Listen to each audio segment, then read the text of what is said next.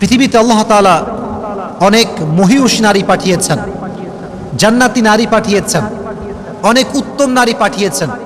তবে ঈমানের পরীক্ষার ক্ষেত্রে, ঈমানের পরীক্ষা, এই পরীক্ষাতে সবচেয়ে বেশি যিনি আগিয়ে, সবচেয়ে যিনি বেশি উঁচু লেভেলের মানুষ, উঁচু লেভেলের নারী, তার নাম হচ্ছে আসিয়া রাদিয়াল্লাহু তাআলা আনহা। নামটা কি? বিবি আসিয়া।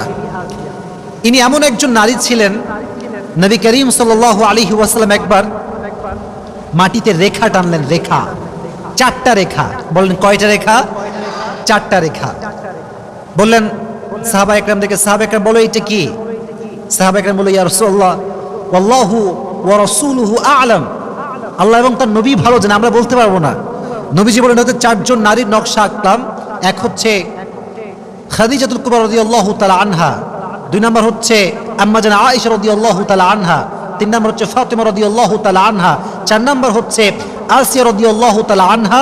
এরা হচ্ছে পৃথিবীর 4জন শ্রেষ্ঠ নারী, যাদের প্রশংসা আল্লাহ নিজেই করেছে। সুবহানাল্লাহ পড়েন। তাহলে মোট কয়জন নারী আছে? এর মাঝে আসিয়া রাদিয়াল্লাহু তাআলা আনহার নামটা নবীজি বলেছেন কি বলেন নাই? বলেছেন। তাহলে বোঝা গেল আসিয়া রাদিয়াল্লাহু তাআলা আনহার সম্মানিত হচ্ছে অনেক বেশি, অনেক হায়ার লেভেল অফ স্ট্যাটাস তিনি বিলং করেন। এজন্য আজকে আমরা তার জীবনী নিয়ে কথা বলবো। শোনেন, পৃথিবীতে কিছু কিছু নারী পুণ্য অর্জন করেছে। পুরুষদের মাঝে অনেক পুরুষ জীবনে ঈমানের পরীক্ষা দিয়েছে, অনেক নেকি অর্জন করেছে, ইসলামের জন্য স্যাক্রিফাইস করেছে, আল্লাহর জন্য স্যাক্রিফাইস করেছে। তবে ঈমানের পরীক্ষায় আমি আগেও বলেছি, আবারও বলছি, ঈমানকে প্রমাণ করার ক্ষেত্রে সবচেয়ে একজন নারী বেশি এগিয়ে, তার নাম কি বলেন তো? হচ্ছে, বলেন নামটা কি? আসিয়া রাদিয়াল্লাহু তাআলা আনহা। মনে রাখবেন, আসিয়া হচ্ছে ফেরাউনের স্ত্রী। ফেরাউনের নাম শুনছেন আপনারা সবাই? মিশরের 2nd রামসিস ছিল তিনি। তো সে ছিল তৎকালীন সময়ের সবচেয়ে বদমাইশ, জালেম, এবং তার শানে তিনি বলাটা আসলে যায় না। সে হচ্ছে সবচেয়ে জালেম শাসক ছিল ফেরাউন। মূলত ফেরাউন কোনো ব্যক্তির নাম নয়, এটা আমরা মনে করি এটা ব্যক্তির নাম। মনে রাখবেন, ফেরাউন কোনো ব্যক্তির নাম না। তৎকালীন সময়ে মিশরে যেই গভর্নর হতো, যেই প্রধানমন্ত্রী হতো, তার নাম থাকতো ফেরাউন। তবে এই ফেরাউনের নাম সবচেয়ে বেশি হাইলাইট কেন? কারণ এর কথা কোরআনে আছে। এই সবচেয়ে বেশি জালেম ছিল এই ফেরাউন। মুসা আলাইহিস সালামকে কষ্ট দিয়েছে, আসিয়াকে কষ্ট দিয়েছে, এটা হচ্ছে সেই ফেরাউন। তাহলে বোঝা গেল ফেরাউন কোনো ব্যক্তির নাম নয়, বরং তৎকালীন সময় মিশরে যেই গভর্নর হতো তার নাম হতো কি? আওয়াজ নাই, বলেন নাম ছিল কি? ফেরাউন। তাহলে ফেরাউন কোনো ব্যক্তির নাম নয়। প্রিয় ভাইরা, মনে রাখবেন, যার স্বামী বড়লোক হয়, যার ছেলে বড়লোক হয়, যেই মেয়ের বাপ বড়লোক হয়, এদের ইগো সমস্যা হয়। কথা ঠিক আছে না যুবক ভাইরা? বলো, বাপের টাকা বেশি হলে মেয়েদের ভাবের কোনো অভাব নাই। তো দেখেন, ফেরাউন তৎকালীন সময়ের প্রধানমন্ত্রী। আমাদের দেশের প্রধানমন্ত্রীর নাম কি? শেখ হাসিনা। তৎকালীন সময় নাম কি ছিল? ফেরাউন, 2nd রামসিস। তো বিবি আসিয়া প্রধানমন্ত্রীর স্ত্রী, গভর্নরের স্ত্রী, তবুও তার আচার আচরণ, ভালোবাসা, ব্যবহার এতটা সুন্দর ছিল, কখনো তার ব্যবহারে অহংকার প্রকাশ পেত না। সুবহানাল্লাহ পড়ে। তাহলে নারীর জীবনীতে একটা গুরুত্বপূর্ণ অংশ হচ্ছে, প্রিয় বোনেরা আমার, জীবনে যদি সুখী হতে চান, ইগো কমাবার দরকারটা যুবক ভাইরা আছে না নাই? আছে। অনেক মেয়ের ইগো সমস্যা। মনে রাখবেন, একটি সম্পর্ক সুন্দর হয় তখন, ইগো না থাকে যখন। একটা সম্পর্কে ইগো থাকলে ইগোতে পুরো সম্পর্ক নষ্ট হয়ে যায়। আমি মনে করি পৃথিবীতে সবচাইতে সুন্দর সম্পর্কের নাম হচ্ছে স্বামী স্ত্রীর সম্পর্কের, কারণ এখানে কোনো ইগো থাকে না। কিন্তু আপনি দেখেন, যত হারাম রিলেশনশিপ, এর ভেতরে একটা ইগো আছে না নাই? কথা বলেন যুবক ভাইরা, আছে না নাই? তুমি মেসেজ না দিলে আমি দিব না, তুমি রিপ্লাই না করলে আমি রিপ্লাই করব না, এই যে একটা ইগো। স্বামী স্ত্রী ভালোবাসা এত সুন্দর, স্বামী রিপ্লাই না করলে বউ খালি কল করতেই থাকে। সুবহানাল্লাহ পড়ে। কারণ এই যে ভালোবাসা, এটা ঢুকিয়ে দিয়েছে একজন। আওয়াজ দিয়ে বলেন তিনি কে? তা আমি আমার ওয়াজেও বলি, আজকেও আসিয়ার জীবনী বলতে গিয়ে বলে ফেলছি একটা কথা। পৃথিবীতে কিছু কিছু নারী কখনো সুখী হতে পারে না। তার ভিতর থেকে 1 নম্বর নারী হচ্ছে সেই নারী, যে নারীর ভিতরে ইগো আছে, সে কখনো সুখী হতে পারে না। কারণ ইগো যার আছে, তার কপালে ভালো কোনো ছেলে জুটে না। কারণ ভালো ছেলেরা কখনো ইগোওয়ালা মেয়েকে পছন্দ করে না, ভালো ছেলেরা সবসময় বিনয়ী মেয়েকে পছন্দ করে। বলেন তো নবীজির সর্বপ্রথম স্ত্রীর নাম কি ছিল? মাশাআল্লাহ, বলেন নাম কি ছিল? আচ্ছা, তিনি কি অহংকারী ছিলেন না বিনয়ী ছিলেন? সবচেয়ে ধনী মানুষ তিনি, ইগো নাই। আর আজকালকার মেয়েরা একটু ফর্সা হইলে ভাবে আর বাঁচে না, এরকম মেয়ে আছে না নাই যুবক ভাইয়েরা? তো মেয়েদেরকে আমি হার্ট করছি না, আঘাত করছি না, আমি বন্ধুকে বলছি বোনেরা আমার, জীবনে সুখী হতে চাইলে ইগো রাখা যাবে না, 1 নাম্বার। 2 নাম্বার আরেকটা বিষয় বলেই ফেলি, নারীরা যদি সুখী হতে চায় অভিযোগ করা যাবে না। অনেক মেয়ের খালি অভিযোগ, আমার স্বামীর এইটা ভালো না, ওইটা ভালো না, আমার স্বামী এইটা পারে না, ওইটা পারে না, এরকম অভিযোগওয়ালী নারী আছে না নাই বাংলাদেশে? আল্লাহ মা বোনদেরকে অভিযোগ মুক্ত জীবন দান করুক, সকলেই পড়া আমিন। তো ফেরাউনের যুগে একজন নবী ছিলেন, নবীর নাম ছিল কি বলতে পারবেন? মূসা। বলেন নাম কি ছিল? মূসা আলাইহিস সালাতু ওয়াস সালাম। ওয়াজে আমরা ঢুকে যাচ্ছি, তাকবীর দেন, লিল্লাহি তাকবীর। ফেরাউন একদিন স্বপ্নে দেখতে পেল একজন ছোট্ট শিশু মিশরে জন্মগ্রহণ করবে, যে শিশু আমার রাজ্যকে ধ্বংস করবে, আমার বাদশাহত্বকে ধ্বংস করবে, আমার যে ধর্ম আমি পালন করি সে ধর্মকে সে পরিবর্তন করবে, আমি যে প্রভু দাবি করি আমার প্রভুর দাবিকে সে মাটির নিচে মিশিয়ে ছারখার করে দিবে। এটা সে স্বপ্নে দেখলো। কেউ যদি এই স্বপ্ন দেখে যে আমার রাজত্ব শেষ হয়ে যাবে, তার কি আর ঘুম আসার কথা? ফেরাউনের ঘুম হারাম। কেই ছেলে, কেই শিশু, রাজ্যের সবাইকে ডাকলেন তিনি। তৎকালীন সময়ে ফেরাউনের মন্ত্রীর নাম ছিল হামান। নাম ছিল কি? হামান। তো হামান পরামর্শ দিল যে জনাব, আপনার উচিত একটি আদেশ জারি করা যে বনি ইসরাইলে এই মিশরে যত শিশু গ্রহণ করবে ছেলে হলেই হত্যা করবেন। নাউজুবিল্লাহ পড়েন, ছেলে হলেই হত্যা। আদেশ জারি হয়ে গেল। তো বর্ণিত আছে যেই সময়ে হত্যার আদেশ বন্ধ ছিল সে সময়ে মূসা আলাইহিস সালাতু ওয়াস সালামের ভাই হারুন, নাম কি প্রিয় ভাইরা? এই যুবকেরা ইসলামিক ইতিহাস জানতে হবে, ইতিহাস বুঝতে হবে, জানতে হবে। আমার পুরো রিসার্চ আমি তোমাদেরকে আধা ঘন্টায় শেয়ার করছি। যারা তোমরা আছো যুবকেরা, অনেকে কলেজে পড়ো, তোমরা স্কুলে পড়ো, অনেকে কম ধারণা আছে বিষয়গুলোতে, ভালো করে বুঝবা। ফেরাউন যে সময়ে ছিলেন বাদশাহ, এই মাইকে প্রবলেম হয়েছে, সাউন্ডটা ঠিক করে দাও একটু। আচ্ছা, যেটা বলছিলাম, তো সেই যুগে ফেরাউনের যুগে একজন নবী, সে নবীর নাম ছিল কি? মূসা। এদিকে তাকান, নবীর নাম ছিল কি? মূসা। নবীর আরেকজন ভাই ছিল, ভাইয়ের নাম ছিল কি? হারুন আলাইহিস সালাতু ওয়াস সালাম। তো যখন হারুন আলাইহিস সালাতু ওয়াস সালাম জন্মগ্রহণ করেন তখন হত্যার আদেশ বন্ধ ছিল, কিন্তু মূসা আলাইহিস সালাতু ওয়াস সালাম যখন জন্মগ্রহণ করেন তখন হত্যার আদেশটা জারি ছিল। তো মূসা আলাইহিস সালাতু ওয়াস সালামের আম্মাজান বড় ভয় পেলেন যে আহা, যদি আমার সন্তানকে হত্যা করে তাহলে আমার কি হতে পারে, তাহলে আমার কি অবস্থা হতে পারে। তিনি অনেক ভীতু হয়ে গেলেন, অনেক ভয় পেলেন যে আমার কি হতে পারে। তখন তিনি যে কাজটি করলেন সেটি হচ্ছে ওনার সন্তানকে তিনি গোপনে লালন পালন শুরু করলেন, গোপনে, কেউ জানতো না। একটা বাচ্চা যে জন্মগ্রহণ করেছে তার ঘরে কারো কোনো খবরই ছিল না, তবুও ভেতরে একটা ভয়, ফেরাউন যদি জানতে পারে, যদি লিক হয়ে যায়, খবর হয়ে যায়, তাহলে আমার কি হবে। তো আল্লাহ তাআলা আদেশ করলেন যে হে মূসার মা, কথা কি বোঝা যায় যুবক ভাইরা? বলেন কথা বোঝা যায়? যায় যায় তাকবীর দেন, লিল্লাহি তাকবীর। আল্লাহ তাআলা মূসা আলাইহিস সালাতু ওয়াস সালামের মায়ে একটা আদেশ বুঝাই দিলেন যে তুমি তোমার সন্তানকে ছোট্ট একটা কাঠের বাক্স তৈরি করো, কাঠের বাক্স তৈরি করে তুমি তোমার সন্তানকে নীল দরিয়ায় ভাসিয়ে দাও। তো যখন আল্লাহ তাআলা আদেশ করলেন তখন তিনি তাই করলেন। ছোট্ট একটা বাক্সতে মূসা আলাইহিস সালাতু ওয়াস সালামকে বন্দী করলেন, বন্দী বলতে রাখলেন, এবং তাকে তিনি ভাসিয়ে দিলেন। তবে প্রিয় ভাইয়েরা, আল্লাহ তাআলা ওয়াদা করেছিলেন তুমি আমার উপরে ভরসা করে বাচ্চাকে ভাসিয়ে দাও, তোমার বাচ্চাকে ফেরত দিয়ে দিবে একজন। আওয়াজ দিয়ে বলেন তিনি কে? সাউন্ডে কোনো সমস্যা হচ্ছে? তো আমি যেটা বলছিলাম, আল্লাহ তাআলা তাকে হৃদয়ে চিন্তা দিলেন যে তুমি তোমার বাচ্চাকে ভাসিয়ে দাও। তো বাচ্চাকে ভাসানোর পরে মজার ঘটনা দেখেন, খুব ভালো করে খেয়াল করবেন। বলেন তো মূসা যখন জন্মগ্রহণ করেছিলেন তখন কি হত্যার আদেশ বন্ধ ছিল না জারি ছিল? বন্ধ ছিল না জারি ছিল? জারি ছিল। তো এই বাচ্চাটা ভেসে ভেসে ভেসে কার কাছে আসে জানেন? ফেরাউনের যেই প্রাসাদের সামনে যে দরিয়ার ছোট্ট একটা নালা চলে গিয়েছে, সেখানে এসে থামছে। তো বিবি আসিয়া রাদিয়াল্লাহু তাআলা আনহা এবং তার বান্দি যারা ছিল, দাসীরা সব বসেছিল সেখানে। ছোট্ট একটা কাঠের সিন্দুক ভেসে আসছে, সবে অবাক, কিরে এইটা।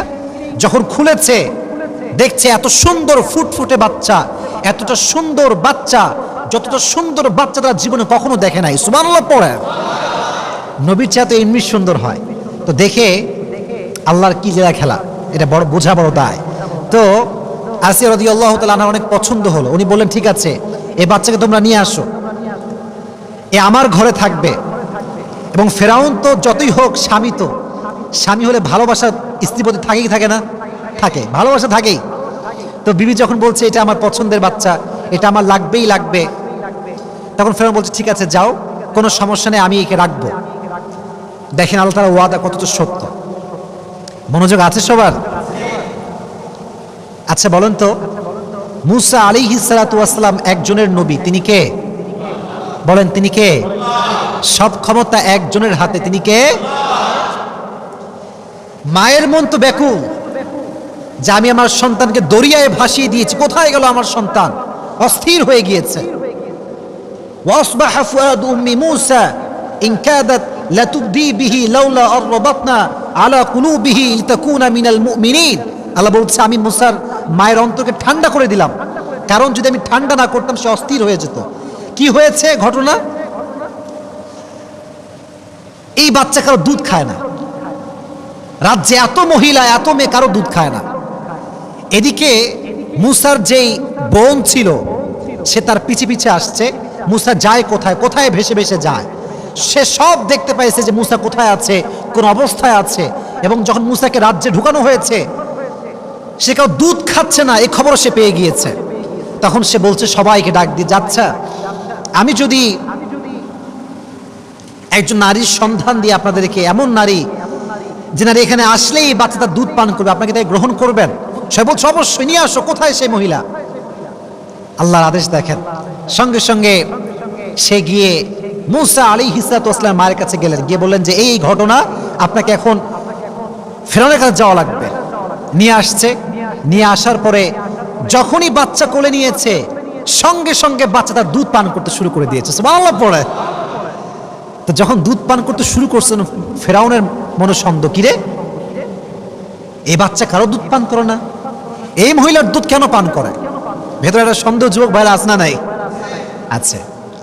তখন বললো, এই কি খবর, এই বাচ্চা তোমার দুধ কেন পান করছে, কি ব্যাপার, সমস্যাটা কোথায়, বা বাস্তবতা আসলে কি? তখন সে বলল যে দেখুন, আমি এমন একজন নারী, এমন একজন মহিলা যে আমার কাজই হচ্ছে বাচ্চাদেরকে দুধ পান করানো। এজন্য যে কোনো বাচ্চাই আমার দুধ সহজে পান করে, এই জন্য এই বাচ্চাও খুব সহজে আমার দুধ পান করেছে। এই যে একটা উপস্থিত জবাব, এটা মুসার মায়ের অন্তরে ঢুকাই দিয়েছে। একজন আওয়াজ দিয়ে বলে, তিনি কে? এবার আল্লাহর কি সুন্দর আমানত রক্ষা। ফরাদাদনাহু ইলা উম্মিহি কাই তাকাররা আইনুহা ওয়ালা তাহজান ওয়ালিতা'লাম আন্না ওয়া'দাল্লাহি হাক্কু ওয়ালাকিন্না আকতারাহুম লা ইয়ালামুন। আল্লাহ বলছেন, ওয়াদা সবাই ভাঙতে পারে, কিন্তু ওয়াদা একজন ভাঙতে পারেন না, তিনি কে? এবার হামান বলল, ঠিক আছে, এই মহিলাকে আমাদের প্রাসাদে রেখে দাও, এবং প্রত্যেক নারীর যেই বেতন, তার সাথে ডবল বেতন দিয়ে নারীকে রাখা হোক। সুবহানাল্লাহ পড়ে। আল্লাহ তাআলা মুসা আলাইহিস সালাতু ওয়াস সালামকে তার মায়ের গর্ভে ফিরিয়ে দিলেন। আমরা ঘটনার দিকে আসছি, আসিয়ার জীবনের মেইন চ্যাপ্টারে আমরা আসছি। এটা বলতেই হবে, আসিয়ার জীবনী বলতে গেলে মুসা আলাইহিস সালাতু ওয়াস সালামের জীবনটা উল্লেখ করাটা অনেক বেশি জরুরি একটা বিষয়। দেখেন, যখন মুসা বড় হলো, প্রথমে হচ্ছে শৈশব, তারপরে কৈশোর, তারপরে যৌবন। যখন একটু যুবক হয়েছে, তাগড়া কিছুটা যুবক, একটা অকাজ করে ফেলছে, একটা ভুল কাজ করে ফেলেছে। আচ্ছা, মাঝে মাঝে আমাদের মাঝে ঝগড়া লাগে না? ঝগড়া লাগে কি লাগে না? লাগে। মনে করেন আপনি রাজশাহী সিএনবি আছে না, এই কথা কেন আছে না নাই? গেছো তোমরা? গেছো? কখন গেছো? আচ্ছা, তো দেখছেন ওখানে গিয়ে মারামারি লাগছে, দুজন ছেলে পেলে খুব মারামারি। এই কিরে, তোমার বাড়ি কোথায়? বলছি এদের লিলো ভাই আমি এখানকার জি, আমি এখানে বাড়ি। আরে বলছে তোর বাড়ি কোথায়? বলছে আমার বাড়ি চট্টগ্রাম। বলছে কি চট্টগ্রামের ছেলে রাজশাহীর ছেলেকে মারছে? এটা কিভাবে সম্ভব? আপনি দিলেন এখানে ঘুষি। কারণ আমার পক্ষের লোক রাজশাহীর লোক মারি খায়, এটা সহ্য করা যায় না। লে ঘিরেলে মারামারি শুরু হয়ে গেল। তো ব্যাপারটা এরকম হয়েছে। মুসা আলাইহিস সালাম রাস্তা দিয়ে হাঁটছেন, হঠাৎ করে দেখছেন যে দুজন মারামারি করছে।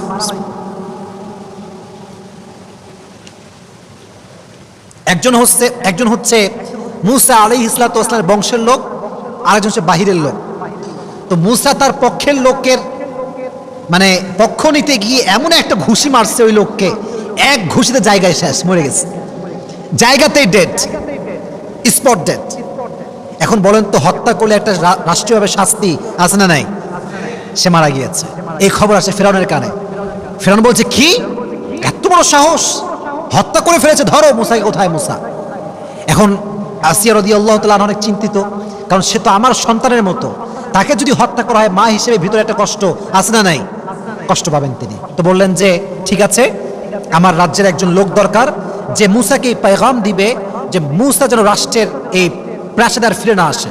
তখন তার একজন লোক ছিলেন, বিশেষ লোক, তাকে তিনি পাঠালেন মুসার কাছে। গিয়ে বলল, ইয়া মুসা, তোমাকে রাষ্ট্রের পক্ষ থেকে হত্যা করার আদেশ দেওয়া হয়েছে। ফখরুজ ইন্নী লাকা মিনান নাসিহিন, তুমি বের হয়ে যাও, আমি তোমার কল্যাণকামী একজন লোক, এখান থেকে বের হয়ে যাও। তো মুসা আলাইহিস সালাম মিশর ত্যাগ করলেন, এবার গেলেন মাদায়েন। শহরটার নাম কি শুনি নাই? মাদায়েন। বলেন নাম কি? চলে গেলেন। চলে যাওয়ার পরে দীর্ঘদিন সময় পার হয়ে গেল, মুসা আসে না। এবার আসেন মেইন কাহিনীতে। তাকবীর দেন, লিল্লাহি তাকবীর। বহু লম্বা সময় পার হওয়ার পরে মুসা আলাইহিস সালাম ফিরে আসছেন, তবে একা ফিরে আসেন নাই, তার ভাইকে নিয়ে আসছেন। আর তিনি কোনো সাধারণ যুবক হয়ে ফিরে আসেন নাই, তিনি আল্লাহর নবী হয়ে ফিরে এসেছে। সুবহানাল্লাহ পড়েন। রাজ্যে খবর পড়ে গেল যে মুসা ফিরে এসেছে এক সত্যের পেগাম নিয়ে, সত্যের বাণী নিয়ে মুসা ফিরে এসেছে। সবাই অবাক, কিসের বাণী মুসা নিয়ে আসছে? রাষ্ট্রের প্রজা, মন্ত্রীবর্গ, প্রাইম মিনিস্টার সব এক জায়গায় বসে গিয়েছে। কি খবর? মুসা কি বলবে আমাদের জন্য? মুসা প্রথমে এসেই বলল, ক্বালা ইয়া কওমি ইবুদুল্লাহা মা লাকুম মিন ইলাহিন গায়রু। প্রত্যেক নবীর একটা মেসেজ সেম ছিল। মেসেজটা হচ্ছে ইবাদতের যোগ্য, উপাসনার যোগ্য পৃথিবীতে কোনো মূর্তি নয়, কোনো শিরকি কাজ করা যাবে না, ইবাদত করতে হবে শুধুমাত্র একজনের। তিনি কে? ফেরাউনের মাথা গরম। ফেরাউন কয়, আরে আমি হলাম প্রভু, আমি হলাম রব, আমি হলাম খোদা, আর সে কোন খোদার কথা কয়? নাউজুবিল্লাহ পড়লেন না যুবক ভাইয়েরা? মাথা গরম। বলে ধরো মুসাকে। ওর সাহস কোত্থেকে আসলো এইটা? এবার শুরু হলো মুসার সঙ্গে দ্বন্দ্ব, সেই দ্বন্দ্ব। কিন্তু সত্যের বিজয় তো সুনিশ্চিত, সত্য কখনো হারতে পারে না। মুসা আলাইহিস সালাম প্রত্যেকটা ধাপে, আপনারা জানেন যে জাদুর খেলা হয়েছিল, আপনারা শুনছেন সবাই কথাটা, জাদুর খেলা, যে মুসা আলাইহিস সালামের লাঠি বিশাল বড় সাপ হয়ে গিয়েছিল, জাদুকরদের সব সাপ, বাঘ, সিংহ সব খেয়ে ফেলেছে। তো ফেরাউন প্রত্যেকটা ক্ষেত্রে হার মেনে গিয়েছে মুসার সামনে, কারণ এটা তো কোনো মিথ্যা বাণী নয়, এটা একজনের বাণী। তিনি কে? এবার ফেরাউনের মাথা মারাত্মক গরম, বাসায় ফিরে আসছে। ফেরাউন বলছে, এবার আমি মুসাকে হত্যা করব, যেটাই হোক না কেন, দারুনি আক্তুল মুসা, আমি হত্যা করেই ছাড়বো। ওয়ালিয়াদু রাব্বাহ, সে যতই ডাকুক না কেন তার রবকে, আমি তাকে হত্যা করেই ছাড়বো। মনে রাখবেন, সত্য যখন মানুষের সামনে প্রকাশিত হয়ে যায় তখন দুর্বল মানুষ আর চুপ থাকে না। মনে রাখবেন, বিড়াল যখন বাধ্য হয়ে যায় তখন সে সিংহকেও হামলা করে। ঠিক কিনা যুবক ভাইরা বলেন? যখন সে বাধ্য হয়ে যায় তখন একজন যুবক দাঁড়িয়ে গিয়েছে, দাঁড়িয়ে বলছে, ফেরাউন, আমি বিশ্বাস করি যে মুসা যে দাবি করেছে সেটা দাবি তো সত্য। তুমি কি আতাকতুলুনা রাজুলান আইয়াকুলা রাব্বি আল্লাহ ওয়া ক্বাদ জাআকুম বিল বাইয়িনাতি মির রাব্বিকুম? তুমি কি এমন যুবককে হত্যা করবে যে সত্যর বাণী নিয়ে আসছে, যে সত্যের পতাকা নিয়ে আসছে, যে সত্যের বাণীকে সমুন্নত করবার জন্য এসেছে? তুমি কি এমন যুবককে হত্যা করবা? ফেরাউন কয়, কিরে, আমার গোলামও তার পক্ষের লোক, ধর এরে। যখনই ধরতে যাবে সে পালাই গেছে। কিন্তু অবাক করা বিষয় হচ্ছে তার একজন স্ত্রী ছিল, সে ছিল ফিরআউনের বান্দি, ফিরআউনের দাসী। যুবক ভাইয়ারা একটা কথা মাথায় রাখবেন, এখন আসলে গোলাম আমরা ব্যবহার করি না, দাসী আমরা ব্যবহার করি না। আগের যুগে দাসী ছিল কিছুটা স্ত্রীর মতো। এটা নলেজে রাখবেন যে স্ত্রীর সঙ্গে যেমন সহবাস করা যায় এখন, এটা হালাল, এবং এটা নবীজির হাদিসের মাধ্যমে, কোরআনের মাধ্যমে এটা স্পষ্ট প্রমাণিত। তবে তৎকালীন সময়ে দাসীর সঙ্গে সহবাস করা হালাল ছিল। তো প্রত্যেকটা বাদশা, বড় বড় লোক, বড় প্রধানমন্ত্রী বলেন, বড় ধনী বলেন, সবার দাসী ছিল। তো তার যে দাসী ছিল ফিরআউনের, এই দাসীর স্বামী ছিল এই যুবকটা, যে যুবকটা ফিরআউনের বিপক্ষে স্লোগান তুলেছিল। এটা বড় মর্মান্তিক ঘটনা। এই ঘটনা আর তারপরে একটা ঘটনা, এই দুটো শুনলে আমাদের আলোচনা আজকে শেষ হয়ে যাবে। ফিরআউন বলল, ঠিক আছে, যেহেতু সে পালিয়ে গিয়েছে, এবার তার বউকে ধরো। বউকে নিয়ে আসছে, যুবতী মেয়ে, বয়স খুব বেশি একটা নয়, দুইটা মাত্র মেয়ে। কয়টা মেয়ে? তোমরা সবাই বলো যুবক ভাই, কয়টা মেয়ে? দুইটা মেয়ে।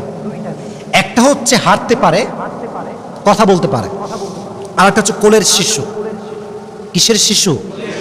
কোলের শিশু, বাচ্চা, একদম বাচ্চা। এই তুমি কি ঈমান এনেছো? এই বাদী, তুমি কি ঈমান এনেছো? স্পষ্ট ভাষায় বলছে, আমি আল্লাহর উপর ঈমান এনেছি। ঈমান কাকে বলে?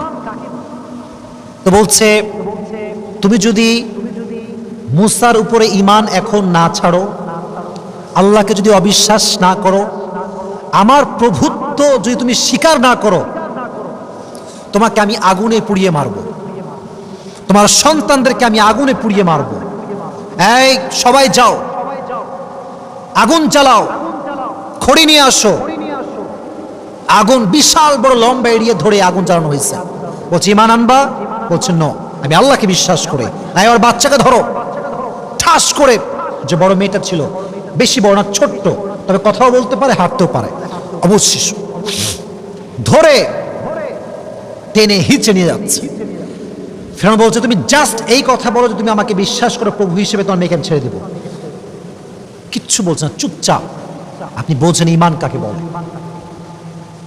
ঈমান কাকে বলে? টেনে হিচড়ে বাচ্চাকে নিয়ে গিয়ে ঠাস করে জ্বলন্ত আগুনে ফেলাই দিচ্ছে। যেমন ভাবে আমরা পেঁয়াজি ভাজি, আলুর চপ ভাজি, গরম চুলার উপরে যখন তেল দিয়ে পেঁয়াজ যখন ফেলা হয়, ঠাস করে একদম ভাজা হয়ে আমাদের সামনে, চোখের সামনে ভেসে ওঠে। মেয়েটার পুরো গায়ের রক্ত, গোস্ত আগুনে ফেলার সঙ্গে সঙ্গে পুড়ে ছারখার হয়ে বিচ্ছিন্ন হয়ে গিয়েছে। মা তার চোখের সামনে সব দেখছে, সব দেখছে। যদি একবার বলে তোমাকে আমি বিশ্বাস করি, প্রভু হিসেবে বিশ্বাস করি, সব মাফ পেয়ে যাবে, বলছে না, চুপচাপ। প্রথম মেয়েকে শেষ, জ্বালিয়ে পুড়িয়ে ছারখার। এবার ছোট্ট বাচ্চা, কোলের শিশু, মা কোলে নিয়ে আছে। এবার বাচ্চাকে নেওয়া হয়েছে। কোলের শিশু তো কিছুই বোঝে না, ও তো মামাও চিৎকার করতে পারে, খালি ম্যা ম্যা করছে, ম্যা ম্যা করছে। আর মায়ের হৃদয়টা ভেঙে চুরে চূর্ণ বিচূর্ণ হয়ে যাচ্ছে। একদিকে ফেরাউন, আর একদিকে আমার ঈমান, আমি কোনটা বাঁচাবো? এবার তখন বাচ্চাকে নিয়ে যখন আগুনে ফেলেছে, ছোট্ট শিশুকে পুড়ে ছারখার হয়ে গিয়েছে। মায়ের হৃদয়টা ভেঙে চুরে চূর্ণ বিচূর্ণ হয়ে গিয়েছে, চোখের অশ্রু শুকিয়ে গিয়েছে, কাঁদতেও পারছে না, ভেঙে চুরে চূর্ণ বিচূর্ণ হয়ে গিয়েছে। আল্লাহ বলছে, জিবরাইল, মায়ের চোখের পর্দা হটিয়ে দাও।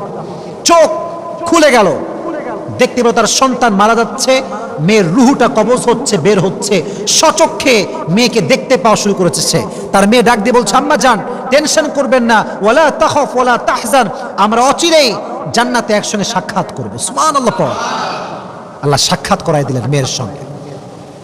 তো যখন দুই মেয়ে শেষ আগুনে পুড়ে, এবার বান্দির পালা। বান্দিকে একদম ধরে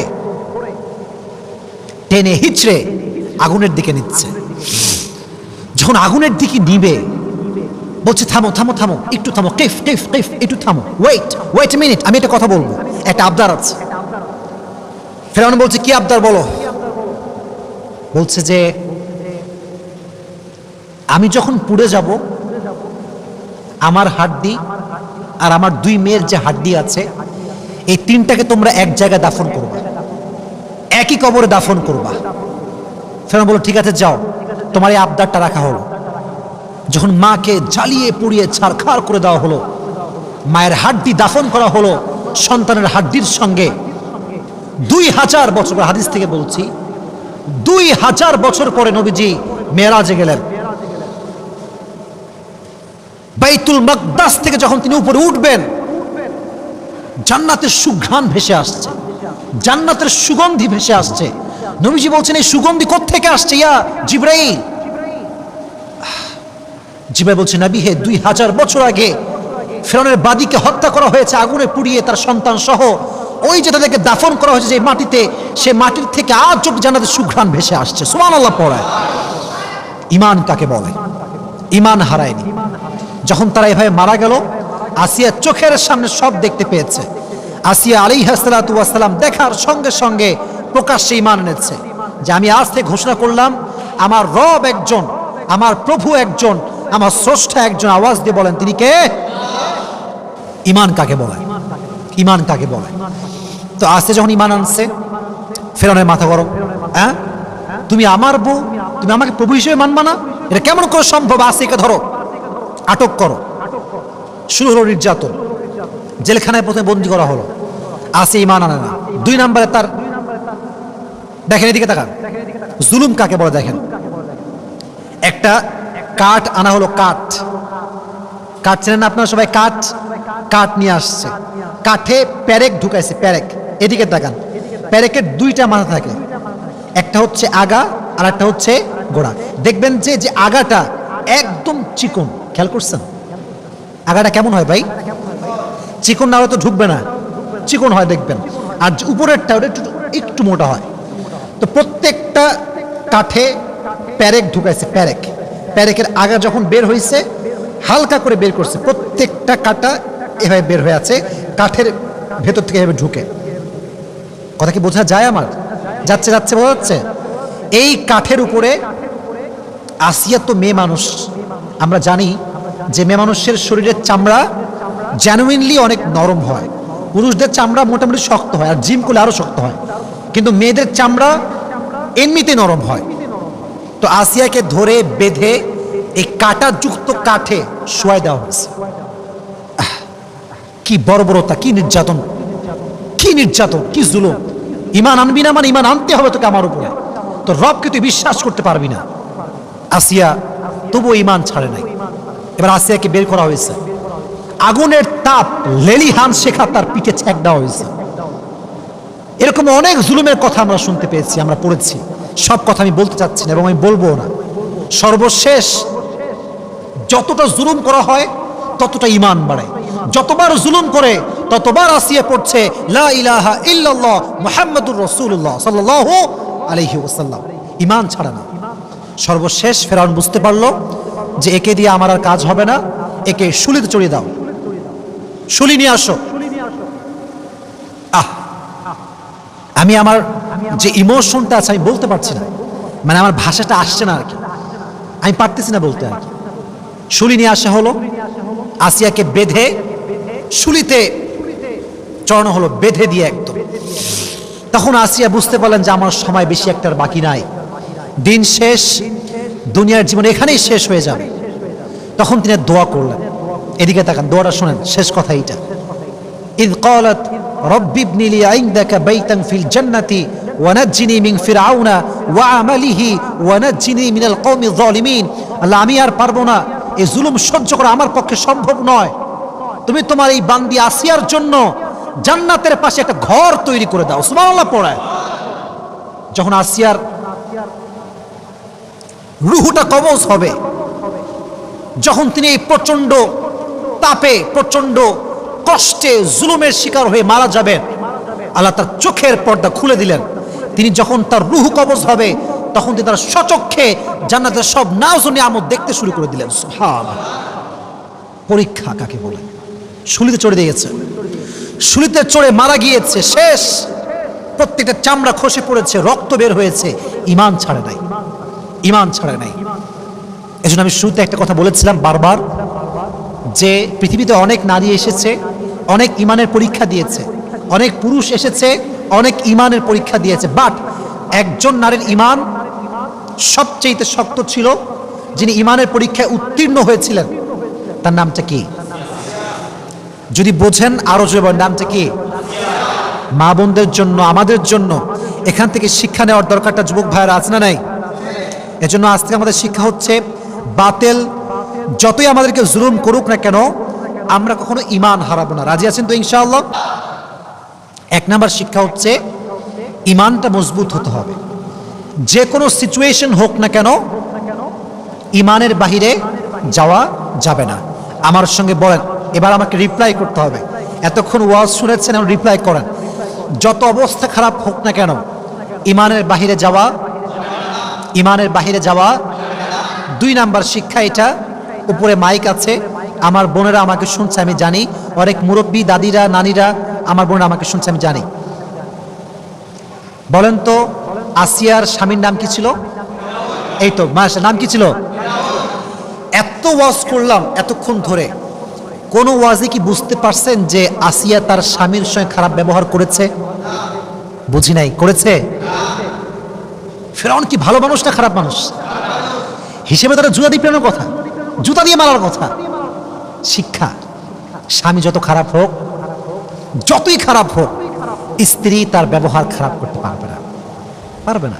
হ্যাঁ, যদি একান্ত না হয়, একান্তই ভালো না হয়, গাঁজাখোর, মদখোর, নেশা করে, নামাজ পড়ে না, সর্বোচ্চ শেষ লেভেল হচ্ছে তালাক, ডিভোর্স। ডিভোর্স দিয়ে দেন একদম, সব নিয়ম কানুন মেনে, যেটা আপনার খুলা তালাক আছে, যেভাবেই হোক স্বামীর থেকে পরিত্রাণ পান, কিন্তু খারাপ ব্যবহার, শুনি নাই, খারাপ ব্যবহার, খারাপ ব্যবহার করা 2 নাম্বার। 3 নাম্বার যে শিক্ষাটা, এটা প্রাসঙ্গিক না, অপ্রাসঙ্গিক। কারণ আসিয়ার জীবনে জানতে গেলে একজন নবীর জীবন জানতে হয়। নবীটার নাম কি ছিল? মাশাআল্লাহ, নাম কি ছিল? মুসা আলাইহিস সালাতু ওয়াস সালাম। এই যুবকরা হতাশ, আমরা অনেকেই হতাশ, যারে চাইছে আসে না কেন। অনেকে আছে না এরকম, যে বিয়ে করছে একজনে কিন্তু হয় না, আরেকজনে ভালোবাসে, এরকম যুবক ভাইরা হয় না? হয় না? হয়। দেখো, একটা কথা এখান থেকে শিক্ষা আছে, আল্লাহ যার জন্য যা নির্ধারণ করে রেখেছে তা সঠিক সময়ে আল্লাহ দিয়ে দিবে। শুধুমাত্র অপেক্ষা করতে হবে, ভরসা করতে হবে একজনের উপরে। তিনি কে? দেখেন, বাচ্চাকে ধরে, ছোট্ট বাচ্চাকে ধরে একটা ছোট্ট টেবিলে ছোট্ট একটা বাক্সে ঢুকায় ভাসাই দিছে। ভরসা একমাত্র আল্লাহর উপরে, যে আল্লাহ আমাকে দিবে, আমার বাচ্চা আমাকে ফেরত দিবেই দিবে। ফেরত পাইছে না? কথা বলেন, পাইছে না রাজশাহীর ভাইরা? পাইছে। তাহলে বোঝা গেল, যে কোনো জিনিস তোমার জীবনে চাওয়া পাওয়া থাক না কেন, ভরসা এবং চাওয়ার জায়গা একজনের কাছে। তিনি কে? মানুষের কাছে যত বেশি আশা করবা, তত বেশি কষ্ট পাবা। মানুষ হচ্ছে সবচেয়ে বড় বেঈমান। যার কাছে যত বেশি আশা রাখবা, সে তোমাকে তত বেশি ভাঙবে। এর জন্য কারো কাছে চাওয়ার কোনো দরকার নাই। প্রত্যেকটা সময় মোনাজাত করে হাত তুলে দোয়া করবা একজনের কাছে। তিনি কে? আল্লাহ। 3 নাম্বার। 4 নাম্বার হচ্ছে, জুলুম করে কেউ কখনো মুক্তি পায় না। কথা কি বোঝা যায়? কথা বলেন, বোঝা যায়? জুলুমের শেষ পরিণাম খারাপই হয়। জুলুম করে কেউ কখনো রেহাই পায় না। এই জন্য আমি তোমাদেরকে বলি, দেখো, এই যে মেয়েরা অনেক বেঈমান আজকাল, অনেকে এই যুবকদের সঙ্গে প্রেম টেম করে বিয়ে করে, টাকলাকে বিয়ে করে সরকারি চাকরিজীবী। কোনো মেয়ে বাংলাদেশে আছে না? কথা বলো, আছে না? নাই? সব মেয়ে না, কিছু কিছু মেয়ে আছে। তো যেই হোক, আমি কাউকে আঘাত দিচ্ছি না। আমার কথা হচ্ছে, তোমাকে মানুষ যত কষ্ট দিবে, তুমি তত বেশি চুপ থাকবা। আর তোমার সব অভিযোগ, তোমার সব কষ্ট আল্লাহর উপরে ছেড়ে দিবা। মনে রাখবা, জালেমের দিন একদিন না একদিন শেষ হবে। কেউ তোমার দীর্ঘশ্বাসের কারণ হবে, কেউ তোমায় কষ্ট দিবে আর আঘাত করবে, সে খুব বিন্দাস আরামে থাকবে, এটা কোশ্চেন কালো সম্ভব নয়। কারণ এটা ন্যাচার অফ ল, এটা রিভেঞ্জ আছে। এমন একটা সময় আসবে যে তোমাকে কাঁদিয়েছে, সে একদিন কাঁদবে। এটা কিন্তু পৃথিবীর নিয়ম, বাস্তবতা এইটা। এর জন্য মাথায় রাখবা, তোমাকে যে মানুষ যতই কষ্ট দিক না কেন, পাল্টা গালি দিবা না। তোমার ভরসার জায়গায় একজন আওয়াজ দিয়ে বলেন তিনি কে? তো ফেরাউন যতই জুলুম করুক না কেন মরছে কিন্তু পানির তলে ডুবে। কোথায় ডুবে মরছে? পানির তলে। ঘটনা আপনারা জানেন না সবাই? যখন ডুবে মরছে তখন বলছে হায় হায় হায় আমি ঈমান আনলাম, এবার আমি বিশ্বাস করি মুসা আল্লাহর নবী, আল্লাহ তুমি এক, আর কেউ নাই। মরার সময় ঈমান আনছে। এই মরার সময় ঈমানের কোনো লাভ কি আছে? আসলে আছে? নাই। তাহলে বোঝা গেল জুলুমের শেষ রক্ষা কখনো ভালো হতে পারে? জালেমকে আল্লাহর উপর ছেড়ে দাও, কাউকে নিয়ে কোনো অভিযোগ রাখবে না। যে তোমাকে যত বেশি কাঁদাবে সে জীবনে তত বেশি কষ্ট পাবে। কারণ কোনো বান্দা যখন বান্দায় কষ্ট দেয়, আল্লাহ সব সহ্য করলো, বান্দা যখন কষ্ট দেয় এটা সহ্য করে না, কারণ আল্লাহ তো বান্দাকে ভালোবাসে। যখন এক বান্দা আরেকজন বান্দাকে কষ্ট দেয় আল্লাহর আরশ পর্যন্ত কেঁপে যায়। আল্লাহ এটা পছন্দ করে না, বরদাস্ত করতে পারে না আল্লাহ তাআলা এটা। এজন্য প্রিয় ভাইরা, জুলুমের শিকার যতই হন না কেন ভরসা এবং সবর করবেন একজনের জন্য। আওয়াজ দিয়ে বলেন তিনি কে? সর্বশেষ কথা, এবং এটা আমার ওয়াজের শেষ কথা, সেটা হচ্ছে এই আল্লাহর সঙ্গে, এটা আমার জীবনের এমন একটা লেসন, এটা আমি শিখেছি আজকে, এটা আমি আগে জানতাম না, এটা আমি আজকে শিখেছি। এটা শুনে আমার দোয়া করব। আপনার সবার মনোযোগ আছে? সবার শুনে মনোযোগ আছে সবার? আচ্ছা, একটু পানি খেয়ে নেই, যে দামি কথা বলে একটু ক্লান্ত হয়ে গেছি, একটু পানি খেয়ে নেই।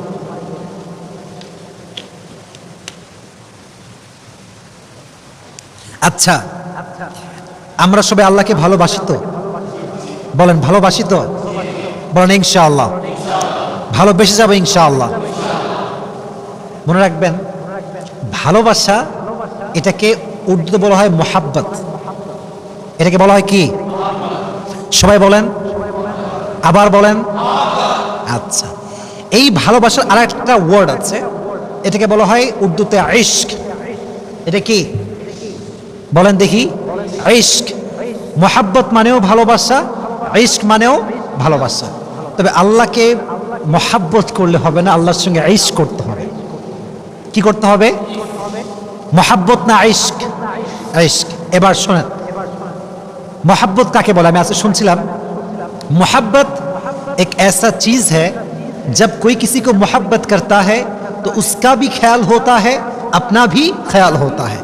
लेकिन इश्क एक ऐसा चीज है जब कोई किसी से इश्क करता है तो अपना ख्याल नहीं रहता, सिर्फ उसका ख्याल रहता है। ভালোবাসা হচ্ছে এমন জিনিস, যখন কেউ কাউকে ভালোবাসে তখন শুধুমাত্র তারও খেয়াল থাকে এবং যে তাকে ভালোবাসে তারও খেয়াল থাকে, উভয়ের খেয়াল থাকে। কিন্তু ইশক এমন একটা জিনিস, যখন কেউ কাউকে ইশক করে ফেলে তখন সে নিজেকে ভুলে যায়, শুধু তার খেয়াল থাকে যাকে সে ভালোবাসে। এজন্য আসিয়া আলাইহিস সালাতু ওয়াস সালাম যখন সূর্যে মারা যাচ্ছেন, শেষ জীবনের শেষ লগ্নে আছেন, নিজের দিকে খেয়াল করেন নাই, ভেবেছেন এক সত্তার কথা। আওয়াজ দিয়ে বলেন তিনি কে? This is called ishq, this is not mohabbat. এটা ভালোবাসা না, এটা হচ্ছে ইশক। ইশক মানে হচ্ছে আমি যাকে ভালোবাসবো শুধু তাকে নিয়ে ভাববো, দুনিয়ার মানুষ কি ভাবলো, কে গালি দিল, কে ক্রিটিসাইজ করলো, দেখার সময় আমার কাছে না। এই যে দেখেন আমার মুখে এটা কি ভাই? এটা কি? এটা কি? এটা কি? জুব্বা। এটা কি? দেখবেন দাড়ি রাখলে কিরে জঙ্গি হয়ে গেলে নাকি রে, বুড়া হবি নাকি রে অকালে, এরকম লোক আছে না? তোমাদের কথায় আওয়াজ না, এরকম লোক আছে না? আবার দেখবা যদি মেয়ের বয়স 18 হয়, 19 হয়, 20 হয়, বোরকা পড়লিরই নানি, দাদি, খালাম্মা, চাচি, মেয়ের বয়স 19। মনে রাখবেন, যদি আপনি আল্লাহকে ভালোবাসেন আপনাকে এগুলো সহ্য করতে হবে, কিছু করার নাই, জুলুমের শিকার হতেই হবে। এই জন্য আমি সবসময় বলি আল্লাহকে ভালো তো বাসবেন, তবে এটা কি মোহাব্বত হবে না ইশক হবে? পেছনে ভাইরা কথা বলে, শেষ কথা বলেন না, মোহাব্বত হবে না ইশক হবে?